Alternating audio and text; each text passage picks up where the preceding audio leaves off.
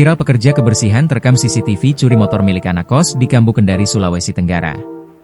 Tengah beredar video yang memperlihatkan pekerja kebersihan salah satu kos-kosan mencuri sepeda motor viral di media sosial.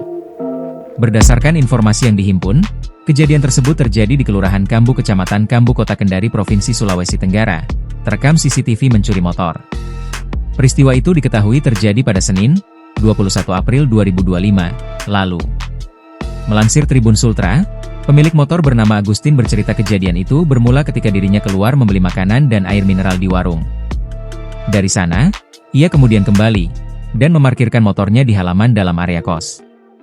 Tapi pas saya simpan itu motor, saya lupa cabut kuncinya, ujarnya Rabu, 23 April 2025. Saat motor tersebut akan kembali digunakan oleh suaminya, Agustin bilang kendaraan tersebut sudah tidak ada di tempat. Ia pun kemudian mengecek rekaman CCTV dan terlihat motor tersebut dibawa kabur oleh petugas kebersihan di area kos-kosan tersebut. Kata Agustin, kejadian ini sudah ia laporkan ke Mako Polsek Poasia. Saya sudah lapor, tuturnya. Download Tribun X sekarang, menghadirkan lokal menjadi Indonesia.